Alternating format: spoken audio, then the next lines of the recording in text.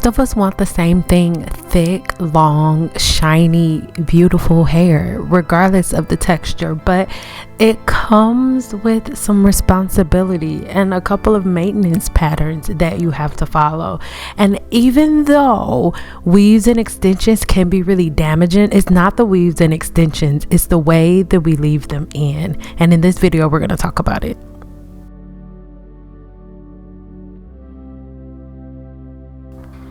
Before we get started, make sure you go ahead and subscribe here to my channel and then click on that bell notification so you'll be notified every time I post another video. Don't get mad at me, you guys. We have a whole lot of new subscribers here. So for that reason, I am going to use some of my old content to give people visual examples of what I'm talking about. But I'm still retired, you guys. I will not be getting back behind the chair unless something weird happens, and it hasn't happened. But let's get into the bacteria that lives on the scalp. This is the natural bacteria that lives on the human scalp, and this is the bacteria that causes so many different types of infections. This is the bacteria that is also linked to staph infections, and that bacteria actually lives on the human scalp. And in the hair salon, we have barbicide and so many other things that help us to combat this. I know I don't have on gloves. I know I should have them on, but I do not in this case. But as soon as this client leaves, actually before she leaves, as soon as I finish anything, I put her the tools that I'm using in a bucket that already has the cleaning solution, and then when she leaves, I'll soak it in the barbicide. You guys, I have 2 full detailed videos on this bacteria. I give you the exact name of it and the form of inflammation that it causes and what to do to prevent it. So make sure you check those videos out, link in the description box below, guys, because everything that I'm telling you guys and not to do, I already have a video here on my channel explaining it in really great scientific detail, along with different things that you can apply. So don't get in your feelings if I tell you not to do something. Now, one thing that I always get from people is that I should use a seam ripper to take my weaves out. When I was standing behind the chair, I never liked to use the seam ripper because I am a control freak. I need to be in control, and when a person has extensions in for this long, a lot of the hairs, their actual hair, is interlocked within the thread, and the seam ripper just doesn't give me the right amount of control. And that's just for me. It may give you great control, but for me, I had better control with the scissors. Now, she had this frontal in her head for 4 months. 4 months. She did come to me for maintenance a couple of times, so it looks a lot, it could have been a lot worse than this. But the reason that your cosmetologist tells you don't leave your weave in for that long is not just because we are trying to make sure we get more money from you. No, when you leave your hair covered for long periods of time, my loves, what you do is lock all of the different bacterias and dead skin cells that want to release themselves. They're all locked under those hair extensions, and it is a live living bacteria, right? So this is why you'll notice that the more you wear wigs and the more you wear extensions, you notice that your hair may get longer, right? But some people, their hair will actually get thinner, especially around the hairline area. Now, I really want you guys to get into the science of hair, because the bacteria that lives on your scalp naturally, its favorite food is oil. And most people, as soon as they get a weave, the first thing they do is go ahead and put a bunch of oil in the scalp. And I know it feels good, but if the bacteria that lives on your scalp, if it's natural, if its favorite food is oil, and the first thing you do is drench the scalp in oil, what are you doing? All you're doing is coating that scalp. But what you're looking at right now is the way that your body naturally works, right? But by you putting different things on the follicle, you end up clogging the scalp. You clog the follicle, and that bacteria, which is represented by the yellow, that ends up causing inflammation because the bacteria gets more powerful. Why? It's being fed oil, right? And it's its favorite food. You do not have to take my word for it. Look it up, Google it. What is the bacteria that lives on your scalp's favorite food? And it will tell you that oil is its favorite food. That is why oiling your scalp when you put braids in is the last thing you should do, because think about it like this: if the natural bacteria that is already living on your scalp, if its favorite food and the thing that gives it energy is oil, you are literally, it's the equivalent to laying down fertilizer. It's like pulling up weeds and then laying down fertilizer for new seeds to grow before you walk away. That is literally what you're doing when you put oil in between the braids. Think of the spaces in between your braids as the new land that you just pulled out of the weeds, that you just pulled the weeds out of, and think about the different bacteria that is already on your scalp right now as the seeds, right? And then think about the different fertilizer that you put down. The oil is the fertilizer that you're putting on the scalp to feed the seeds that are the bacteria that lives on your scalp. And this is how the trigger is caused. Remember, in previous videos, I taught you that first, for example, seborrheic dermatitis, you have seborrheic dermatitis, that is the follicle disorder, and then you have a trigger. But something caused the inflammation, which was the trigger. And the thing is, everybody's confused about what the trigger is for all of the inflammation. Dandruff is not dry scalp. Dandruff is a milder version of seborrheic dermatitis. And the trigger of dandruff is oil, because the bacteria that naturally lives on your scalp, make sure you check the video in the link below, because I already made a video on it. The bacteria that lives on your scalp's favorite food is oil.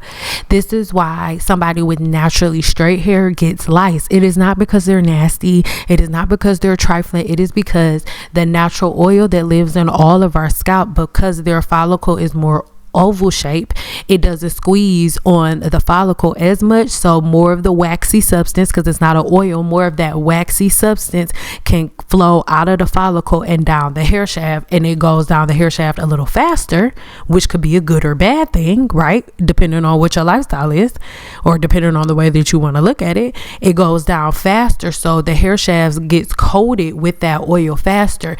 The bacteria that I told you guys about, it already lives on the scalp. It's already there. It's there right now. So the second that the sebum comes out, it's like, oh my God, yes. And it attracts other microorganisms that we can't see that are around us. Sebum is amazing. That is why a pregnant lice is going to lay its embryos on a hair shaft that's coated in sebum, because it is a masterful food for bacteria. This is why you have to wash your hair. This is why you have to keep the scalp clean, because if you don't, that masterful bacteria that lives on your scalp ends up causing inflammation. This is what happens. So when you see all of the dry scalp, that's not dandruff. Every 28 days, something called skin cell turnover happens, where the dead skin falls, it comes up and falls off, and then new hair growth cells and new skin cells make their way up. But if your scalp is constantly covered in oil, feeding the bacteria, and you feed the bacteria day in and day out, and you wash all of the bacteria off and then lay back down the fertilizer, which is oil, you're going to constantly be in a repetitive cycle of inflammation. You're gonna always have dandruff. It's like a thing in our community where it's like, oh, it's an automatic. If you're a black woman, your hair doesn't produce oil, so you have dandruff automatically. That's not true, my loves. It's not true. The reason that most black women do not remember a time where they had dandruff, and the reason that most black women have dandruff, or what you call dry scalp, is because most black women grease the scalp and can't get away from it. Most black women add oil to the scalp and can't get away from it.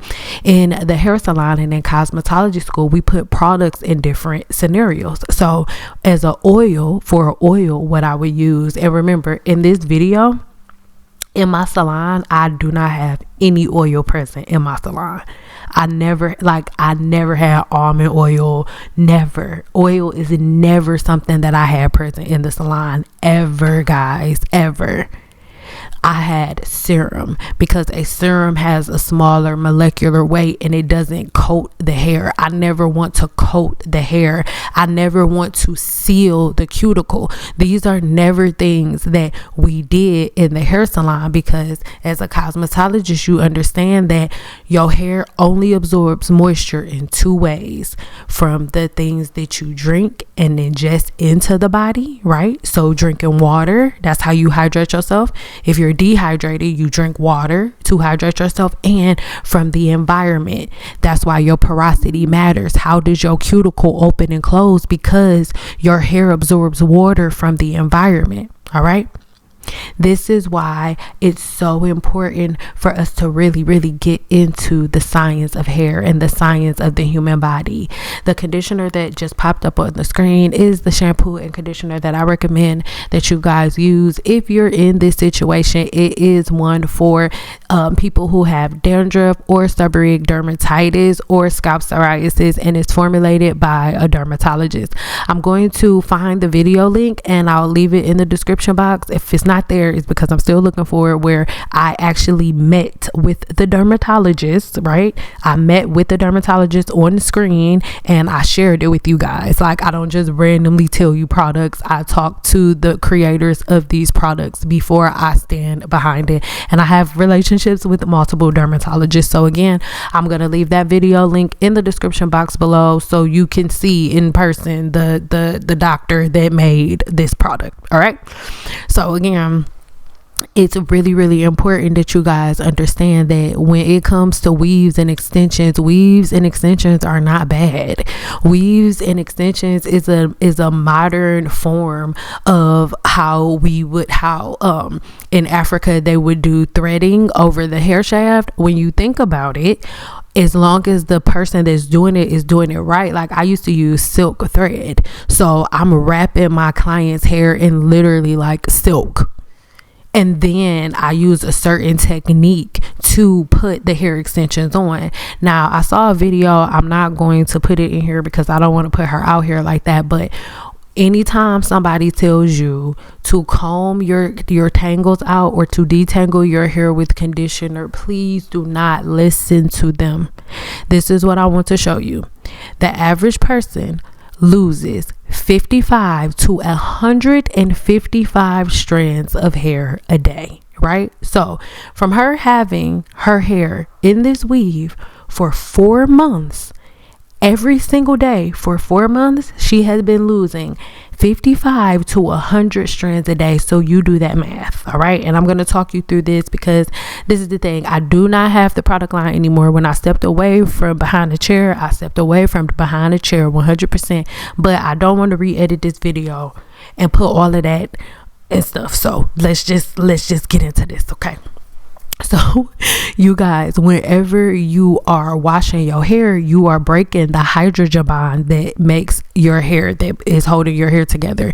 There are 3 bonds holding your hair together: the salt bond, the disulfide bond, and the hydrogen bond. The hydrogen bond is the temporary bond in your hair that is broken by water.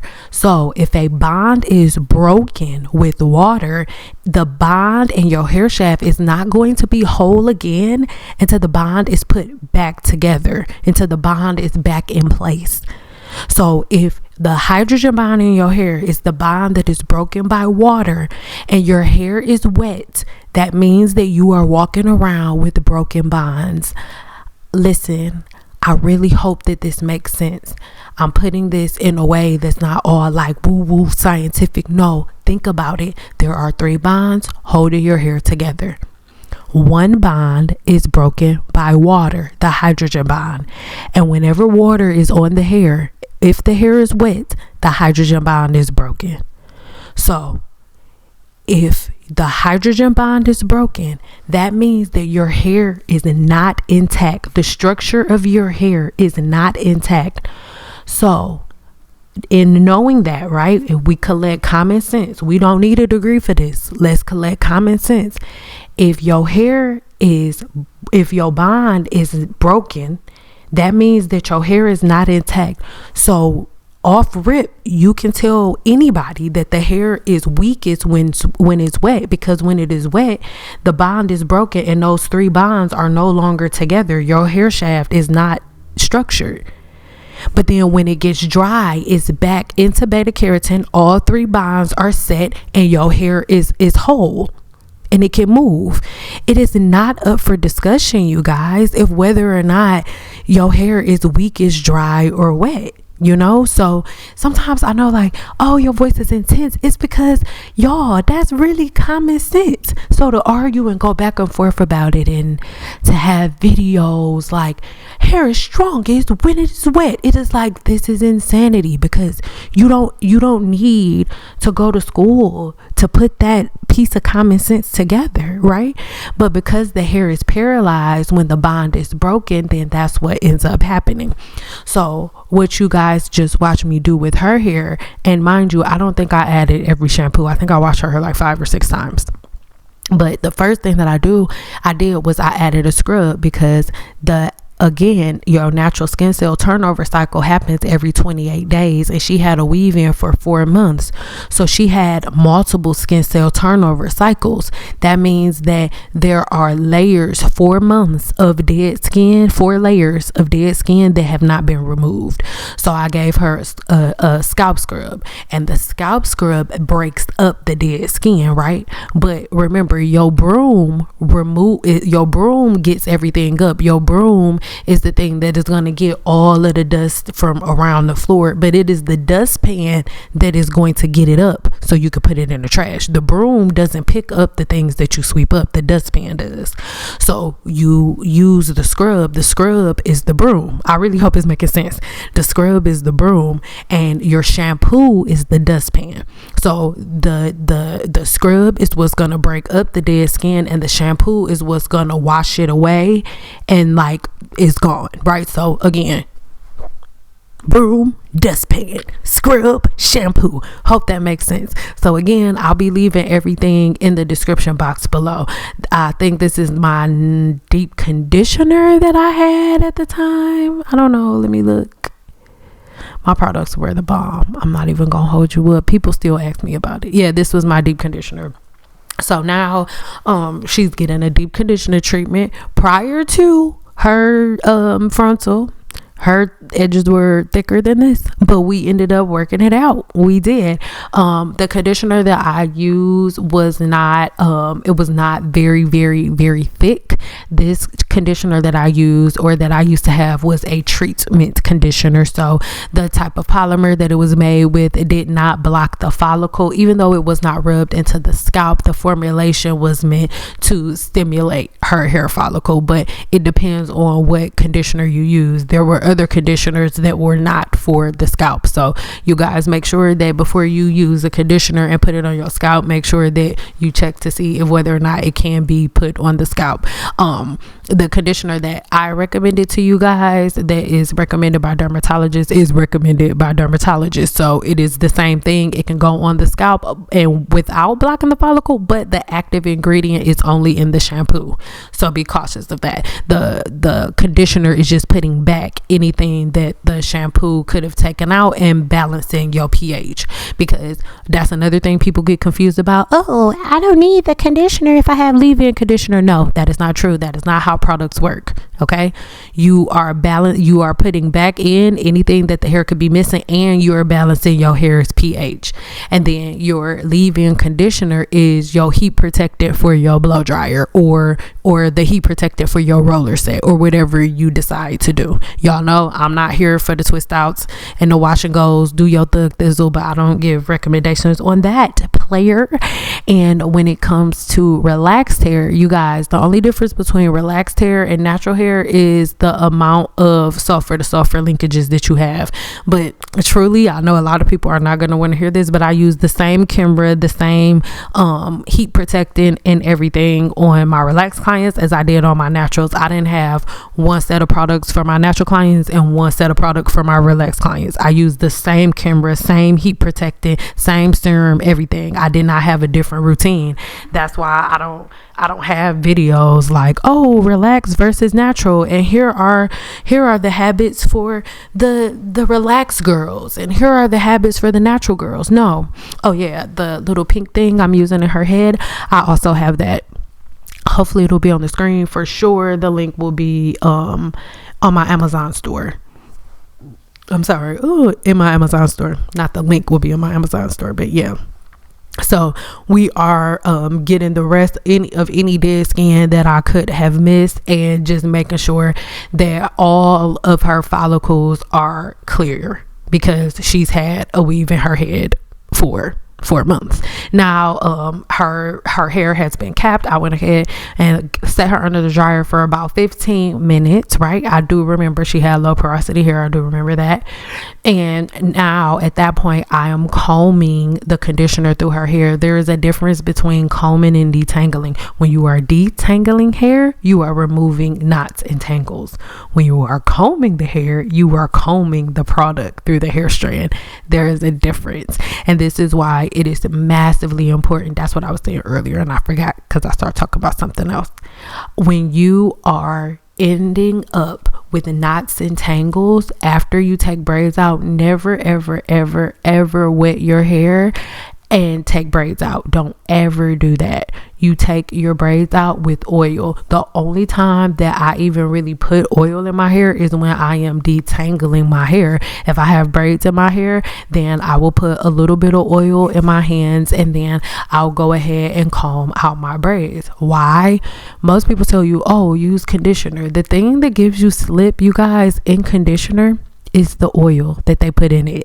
Outside of the oil in conditioner is nothing but water, emulsified wax, and some additives. But the additives are oil and sometimes silk aminos that end up giving you the slip that you need. But guess what? You can just get an oil that naturally have silk aminos in them to detangle your hair. It is not complicated, you guys. So again, I am using the same leave-in conditioner, the same type of leave-in conditioner. Again, guys, this was when I had my product line, but if I didn't have the product line, the leave-in conditioner that I would have used is Kimbra. All right, that's just how it goes. And then for shampoos, I always use either Kimbra or Joico. That's what you guys see. Like, it's a bunch of different colors in the sink, because Joico, they had different ones. So I'll do a video on that. Let me know in the comments of whether or not you want me to do a full video on my different products that I recommend. Also, brushes and combs. The combs and the brushes that I used were dependent on what style I was doing. Combs and brushes are tools. So it's like, oh, this brush damaged my hair, or this brush. No. Brushes and combs are tools, and you're using them dependent on what you're doing. So in this case, I'm not doing the silk press. She's not getting a flat iron. I'm just blow drying her hair. So I use a paddle brush. I use a flat brush, and that was just for me, right?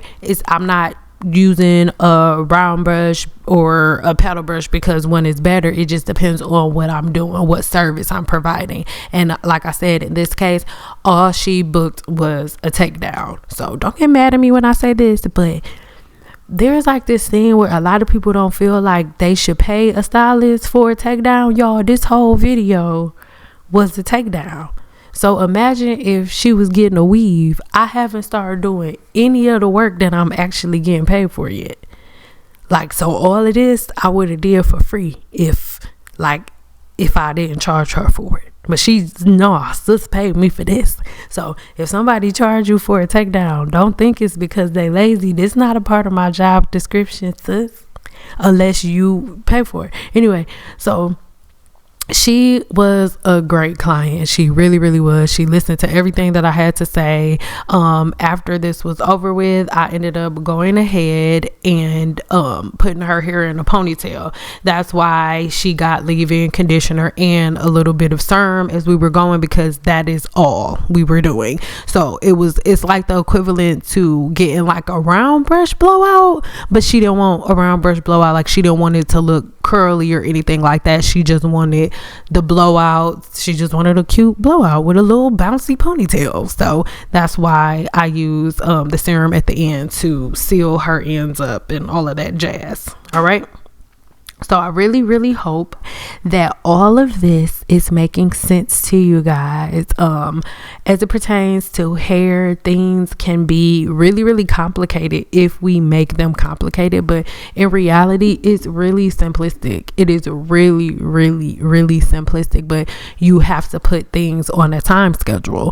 And I think that, like, even when I say for myself, the extensions that I have in now, I'm only going to keep mine in for 3 weeks. So people are like, oh my God, that's it.